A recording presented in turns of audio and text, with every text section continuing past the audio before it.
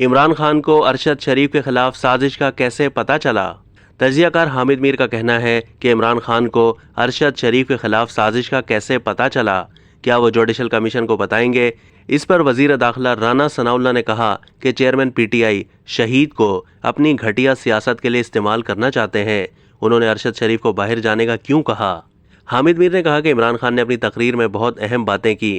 سب سے اہم اور سنسنی خیز دعویٰ ان کی طرف سے یہ سامنے آیا کہ سینئر صحافی ارشد شریف کی زندگی کو لاحق خطرات کے بارے میں انہیں پہلے سے پتہ تھا اور انہوں نے ہی ارشد شریف کو یہ کہا تھا کہ آپ پاکستان سے باہر چلے جائیں۔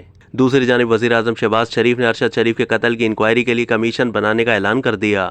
اب کیا عمران خان اس کمیشن کے سامنے پیش ہو کر اس کو بتائیں گے کہ انہیں ارشد شریف کے خلاف ہونے والی سازش کا کیسے پتہ چلا؟ یہ ایک اہم سوال ہے۔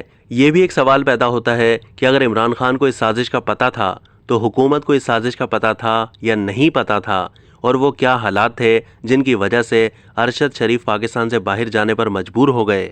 حامد میر نے کہا کہ ارشد شریف کی والدہ کا سوال ہے کہ وہ کیا حالات تھے جن کی وجہ سے ارشد شریف پاکستان چھوڑنے پر مجبور ہوا۔ وہ کون تھا جس نے ارشد شریف اور پاکستان میں جگہ جگہ مقدمات قائم کیے؟ وہ کون تھا جو ارشد شریف کو دھمکیاں دے رہا تھا؟ یہ وہ سوال ہے جو اس کی والدہ نے مجھ سے پوچھا۔ آپ ملک کے وزیر داخلہ ہیں، یہ بتا دیں کہ ارشد شریف کے خلاف وہ کون سی اتھارٹی تھی جو پاکستان کے مختلف شہروں میں اس پر بغاوت کے مقدمے بھی قائم کر رہی تھی۔ اب تک کے لیے اتنا ہی۔ مزید معلومات کے لیے ڈیلی جنگ کے یوٹیوب چینل کو سبسکرائب کیجیے۔